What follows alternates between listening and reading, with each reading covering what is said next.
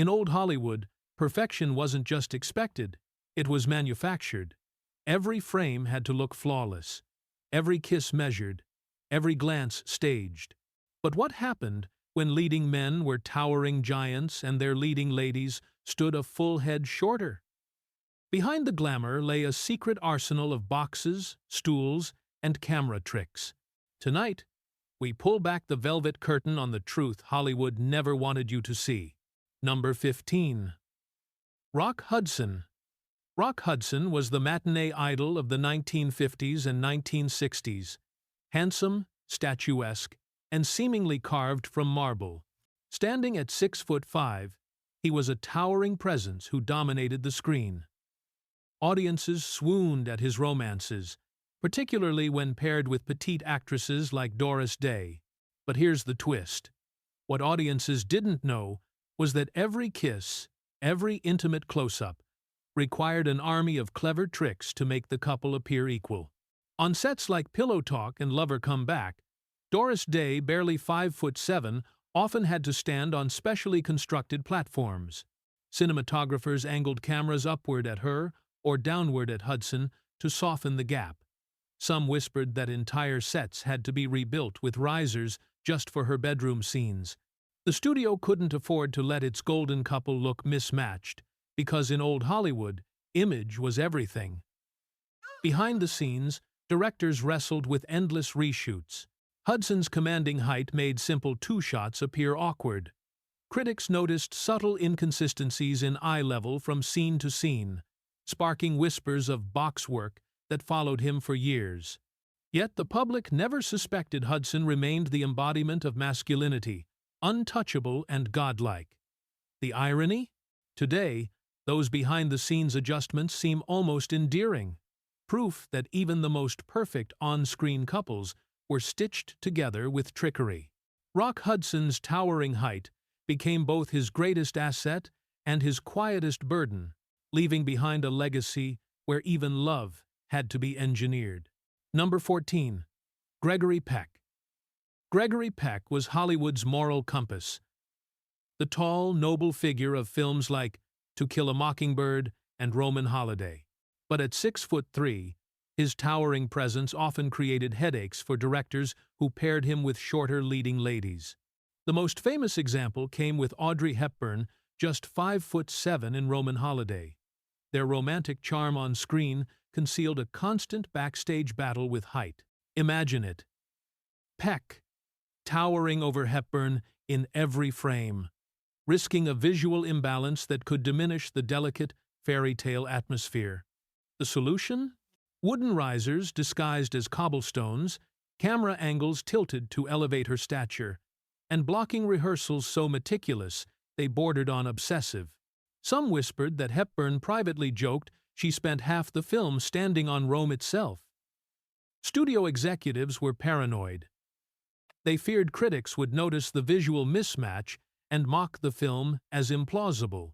Behind closed doors, arguments erupted about whether Peck's size made him look too intimidating alongside Hepburn's wife-like charm. Cinematographers constantly adjusted lenses to soften the contrast.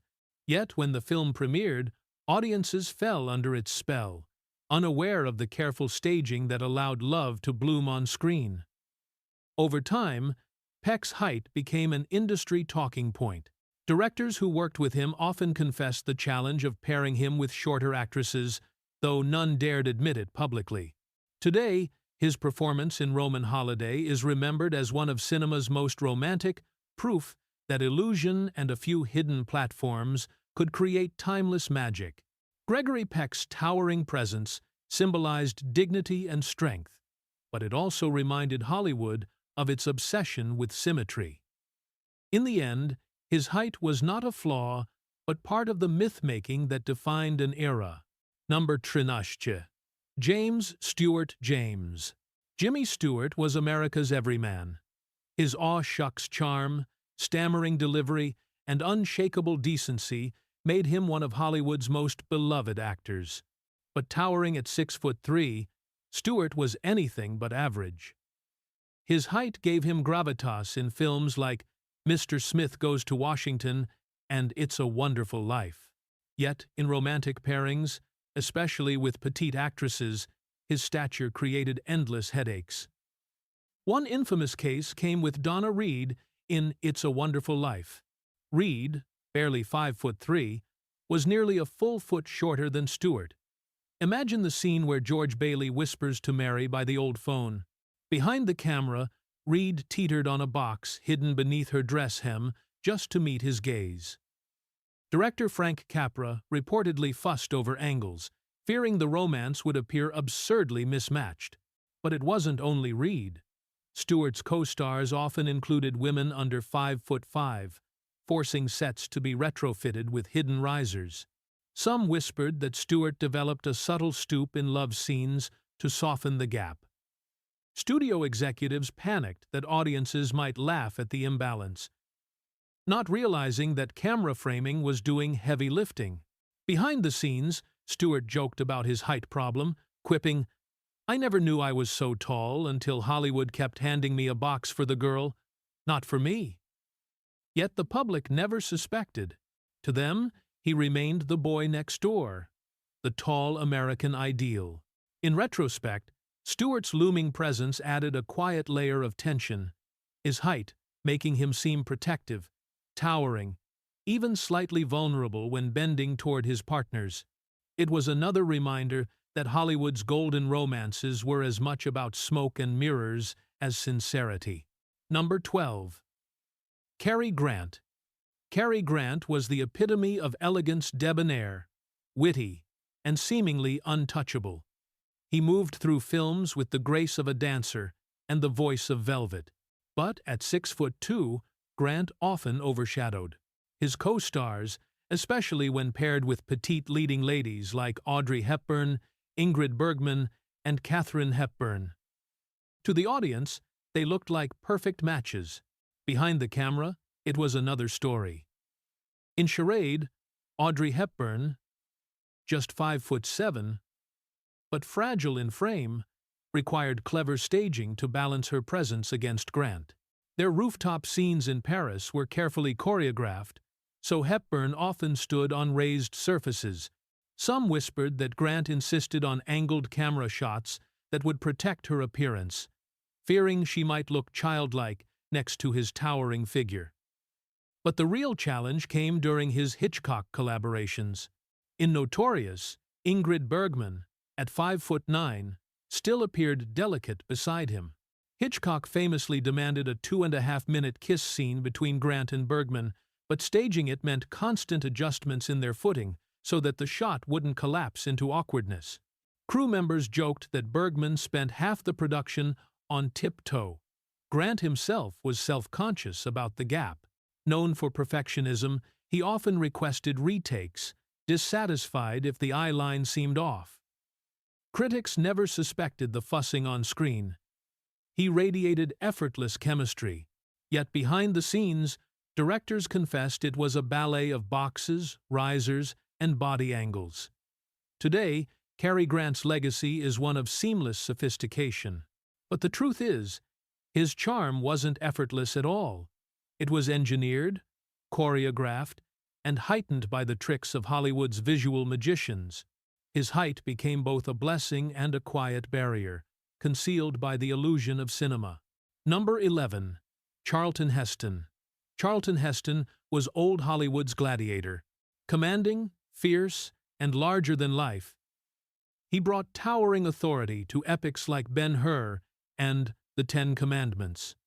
At 6'3", Heston looked every bit the biblical hero, but his towering frame became a hidden obstacle when it came to romantic subplots. His co-stars, often diminutive women cast for their fragility, struggled to match his sheer size on screen. Take Ben-Hur. Haya Hararit, who played Esther, was barely 5'4". In their intimate reunion scene, Heston loomed so powerfully that the director resorted to having Harariet perform standing on concealed platforms. Some whispered that even the film's intricate sets were subtly reconfigured, doorways lowered, steps altered so the lovers could meet eye to eye without breaking the illusion. The problem repeated across his career. In the Ten Commandments, Yvonne de Carlo's height at 5'4" forced the use of risers during close-ups. Crew members nicknamed them Charlton's tablets, mocking how every actress seemed to need divine help just to match him. Directors dreaded love scenes, fearing his stature would overshadow the very tenderness they were trying to convey. Behind the scenes, Heston never complained, but he was aware. Some reports suggested he deliberately softened his posture in close-ups, stooping slightly to meet his partners halfway. Others claimed he would joke about needing a step-ladder for the ladies. To audiences, none of this mattered. Heston radiated the image of power and nobility.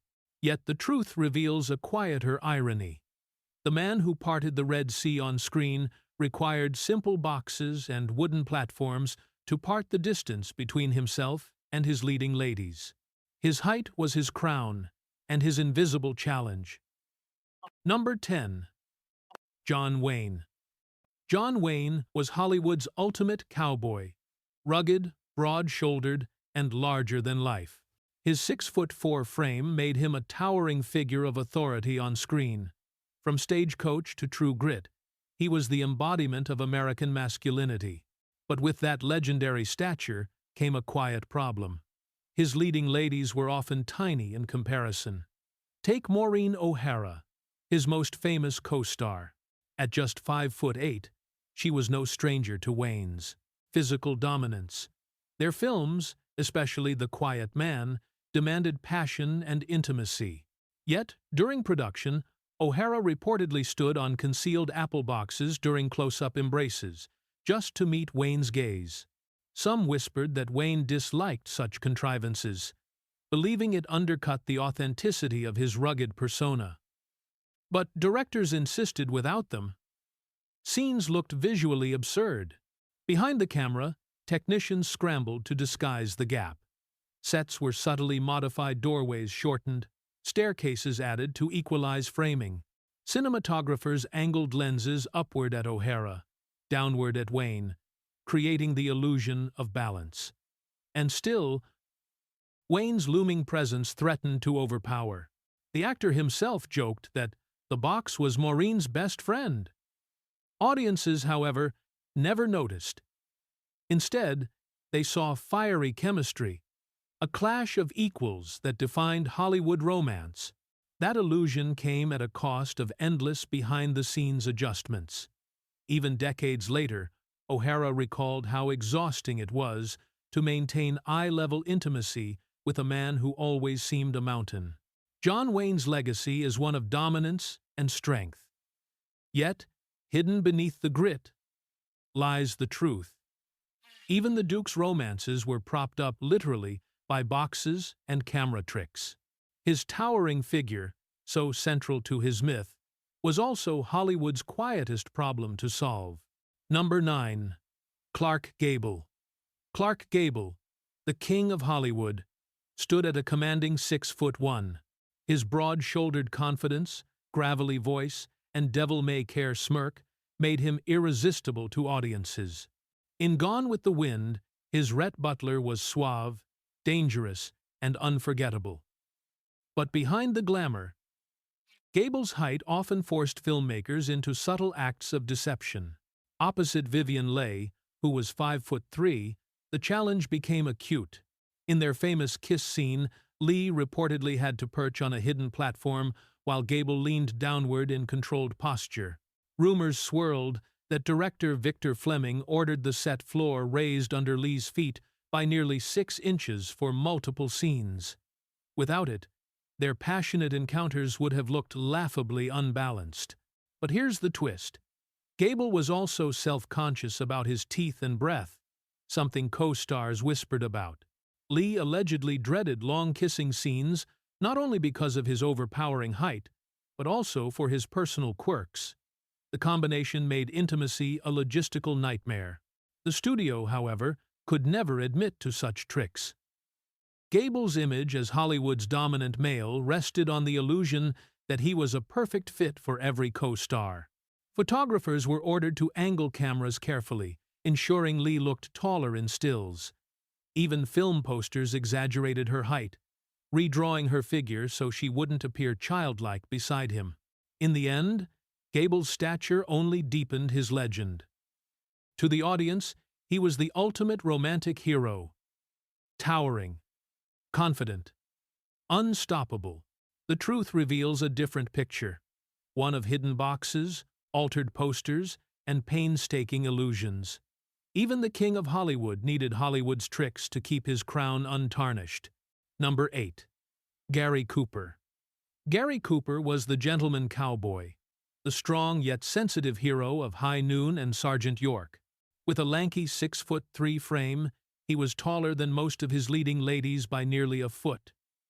To audiences, his quiet drawl and towering silhouette made him an icon of integrity. To directors, his height was a constant obstacle. In High Noon, opposite Grace Kelly, barely 5'7", the problem became glaring. Their wedding scene required Kelly to stand on a concealed wooden riser just to meet his eyes during vows. The irony wasn't lost on the crew.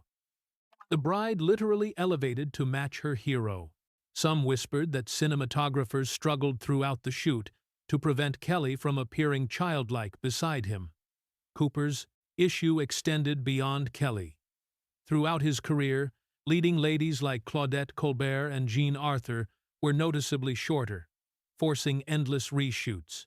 Camera angles were tilted, staircases used strategically, and boxes hidden beneath costumes. Directors often joked that Gary brought his own furniture to set an illusion to the boxes always at hand for his partners. Behind the scenes, Cooper disliked such artificial staging. Known for naturalism, he preferred minimal fuss. Yet the studios demanded perfection, fearing critics would mock the height gaps. Cooper, ever professional, never complained, though his slouched posture in later films may have been partly a habit developed from years of stooping toward his co-stars. His legacy is that of a quiet giant one, whose height added to his myth while complicating his romances. Cooper's story reminds us that old Hollywood was less about reality and more about invention. The noble cowboy, it turns out, often needed a little wooden help to make love believable. Number 7. Vincent Price. Vincent Price was the master of Gothic sophistication. His voice dripped with menace, his presence exuded eerie refinement, and his films from House of Wax to The Pit and the Pendulum defined horror elegance. But what audiences didn't realize was that Price's 6'4" frame made him a towering specter over his co-stars. For actresses who played alongside him, standing eye to eye wasn't just acting, it was mechanical. In House of Wax, Phyllis Kirk, at barely 5'4", appeared delicate and helpless beside him. But every close-up romance and confrontation demanded that she stand on concealed blocks. Rumors spread that Price jokingly referred to them as coffin lids, leaning into his horror persona while the crew scrambled to balance the visuals. Behind the scenes, camera operators angled shots from slightly below Kirk to stretch her presence, while Price deliberately softened his posture. The same problem repeated in Roger Corman's Poe adaptations. When paired with actresses like Barbara Steele or Hazel Court, both under 5'7", directors had to choreograph elaborate blocking to avoid making the women appear childlike. Some whispered that Steele's most famous scene in The Raven was staged entirely with her standing on a disguised riser. To audiences, none of this mattered. Price's height only amplified his aura of command, yet for directors, it was a constant battle. Too much height difference broke the illusion of intimacy. Too little and Price's towering menace lost its edge. In the end, Vincent Price's size became part of his legend. He was both protector and predator, looming as though he had stepped straight out of Gothic literature. The boxes beneath his co-stars' feet remained hidden, but they symbolized Hollywood's endless battle with illusion, ensuring even monsters looked believable in love. Number 6. Gregory Walcott. Gregory Walcott may not be as legendary as Cary Grant or John Wayne, but he holds a unique place in Hollywood lore. Best remembered for his role in Ed Wood's notorious Plan 9 from Outer Space, Walcott was a towering 6'4", a presence that dwarfed nearly everyone he shared the screen with. His height, meant to project authority, instead became a problem in films that demanded romance. During Plan 9, his co-stars were significantly shorter. Actress Mona McKinnon, who stood at around 5'3", was forced to stand on makeshift risers cobbled together from wooden crates. Some whispered that on low-budget sets like Ed Wood's, the platforms were literally orange boxes borrowed from craft services. The result? Shots that looked uneven, sometimes comical, yet just convincing enough to pass. Outside of cult cinema, Walcott's height still caused directors headaches. In television roles, opposite actresses like Barbara Stanwyck, his looming figure had to be softened through careful camera work. Critics noticed awkward staging, where actresses appeared perched or unnaturally straight-backed, signs of hidden platforms at play. What makes Walcott's story fascinating is the irony. His most famous film, mocked as one of the worst ever made, tried desperately to engineer illusions with zero budget. His towering stature became yet another obstacle in a production already plagued by chaos. Today, the sight of him bending down awkwardly to kiss his co-stars has become part of the film's accidental charm. Gregory Walcott's career may not have shone as brightly as Hollywood's biggest names, but his height placed him in the same club of giants. His legacy proves that even in low-budget cinema, illusions of intimacy still demanded boxes, angles, and compromises. Number 5. Clint Walker. Clint Walker was television's gentle giant. At 6'6", the star of Cheyenne was one of the tallest leading men in Hollywood history. His sheer size made him perfect for westerns. He looked like he'd been carved from the same mountains he rode across. But when it came to romance, Walker's height was a cinematic nightmare. Opposite actresses like Virginia Mayo and Ann Baxter, Walker towered by more than a foot. On the set of Cheyenne, stories spread of directors frantically improvising ways to make love scenes believable. Actresses stood on crates, hidden in saloon bars. Beds were raised on platforms, and camera crews angled shots from waist up just to disguise the yawning height difference. One crew member reportedly quipped that Walker's co-stars needed stilts more than scripts. Even Walker admitted in interviews that his height posed constant challenges. He joked that kissing scenes were less about romance and more about geometry. Audiences, of course, never noticed. They saw a rugged cowboy tenderly leaning down to embrace his love, unaware of the boxes under her boots.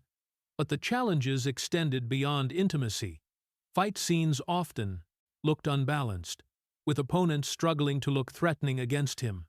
Directors compensated by casting taller stuntmen or framing shots so Walker appeared slightly smaller. It was Hollywood magic, bending reality to protect the illusion. Clint Walker's towering presence cemented him as a legend of Western television. Yet behind the scenes, his size made directors sweat and actresses wobble on boxes. His legacy reminds us that even giants of the screen needed invisible props to make movie magic work. Number 4. Christopher Lee. Christopher Lee was a towering figure in every sense. At 6'5", he cut an unforgettable silhouette in Hammer horror films, from Dracula to The Mummy. His physicality made him the perfect monster. But when paired romantically, or even in scenes requiring close interaction, his stature created serious challenges. In Dracula, 1958, opposite Melissa Stribling, the problem became obvious. At 5'5", she was nearly a foot shorter. In their intimate sequences, she often stood on risers, draped in costume fabric. Cameramen angled frames to minimize the distance, but Lee's presence was so overwhelming that it became part of the character's menace.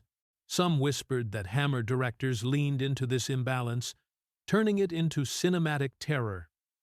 Yet outside of horror, directors struggled. In The Private Life of Sherlock Holmes, His scenes with Genevieve Page required careful adjustments. Reports suggest she performed entire sequences on concealed wooden steps just to meet his gaze. The height gap wasn't simply cosmetic, it threatened to unbalance the tone. Without adjustment, his lovers risked appearing childlike beside him. Behind the scenes, Lee understood. Known for dry wit, he often teased co-stars by crouching suddenly, saying, "Better now?" But the truth was that directors dreaded his romances. Even sword fights demanded taller stuntmen, so he wouldn't appear invincible simply by size. Christopher Lee's height became his curse and his crown. It gave him gravitas and menace, but required endless compromises. To this day, his looming figure is remembered as cinema's dark shadow, a giant, both on screen and in the practical realities of filmmaking. Number 3. John Gavin. John Gavin, often dubbed the last of the Hollywood leading men, stood at 6'4". Handsome, polished, and stately, he became famous for roles in Imitation of Life and Psycho. But his height quickly turned into a recurring issue. Paired with petite actresses like Lana Turner and Janet Leigh, Gavin constantly had to navigate the problem of towering too high. In Douglas Sirk's Imitation of Life, Lana Turner, barely 5'3", required elaborate staging to keep their romantic chemistry believable. Sets were designed with hidden risers for Turner. Rumors suggested that in one ballroom scene, she stood on a platform covered by layers of fabric, practically dancing on a box. The camera never revealed it, but insiders knew. With Janet Leigh in Psycho, the issue resurfaced. Leigh was just 5'5", making their pairing awkward in publicity stills. Alfred Hitchcock, obsessed with detail, reportedly ordered retakes to ensure their eyelines matched perfectly. Studio photographers even exaggerated Leigh's height in posters, subtly elongating her figure. Off-camera, Gavin was fully aware. He once remarked that romance in Hollywood is part camera trickery, part carpentry. His stoic demeanor concealed frustrations directors had in masking the mismatch. Critics never noticed audiences saw an elegant, leading man and his perfect partners, but the illusion was propped up by boxes and tilted frames. Today, John Gavin is remembered less for his roles than for his look, tall, dark, impossibly polished. Yet his height was another reminder that old Hollywood was built on visual perfection, crafted even when nature got in the way. Number 2.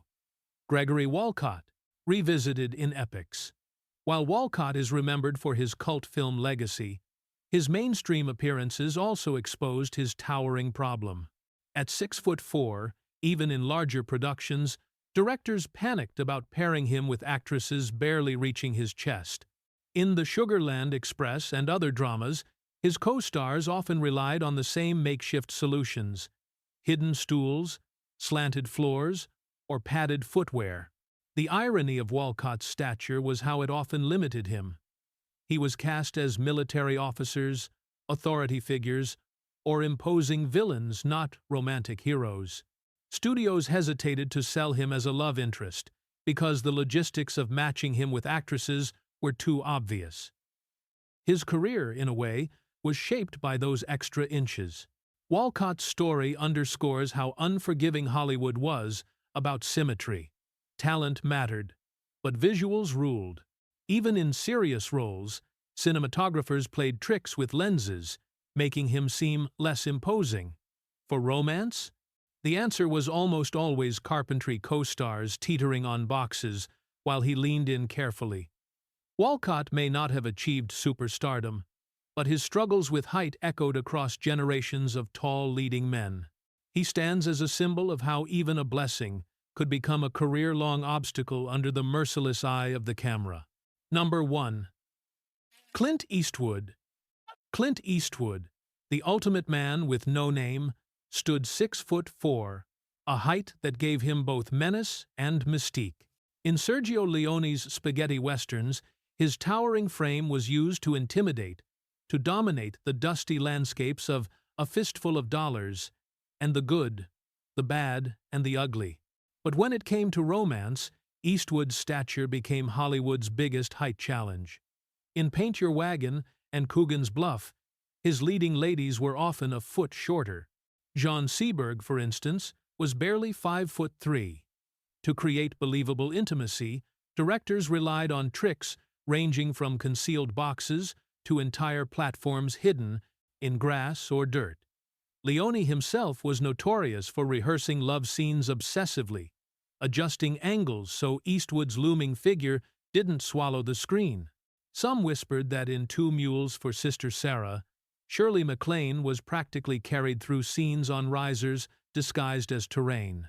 Cameramen angled the desert horizon so that she appeared taller, an illusion preserved forever in celluloid. Off-screen, Eastwood embraced the irony. Known for deadpan humor, he joked that his co-stars deserved stunt pay for balancing. Still, directors confessed the challenge of staging intimacy for a man who seemed built for gunfights, not gentle embraces. Clint Eastwood's height became his defining cinematic tool. He towered over villains and lovers alike, embodying both danger and allure. And yet, behind the myth, Hollywood carpenters and cameramen were working overtime, proving that even legends leaned on boxes to make romance believable. In old Hollywood, nothing was left to chance, not even height. Behind every perfect kiss were hidden stools, angled cameras, and risers buried under gowns. These giants of cinema taught us that even myths needed tricks to survive. So, what do you think? Did the illusion fool you? Like, subscribe, and share your thoughts on the hidden magic of classic Hollywood.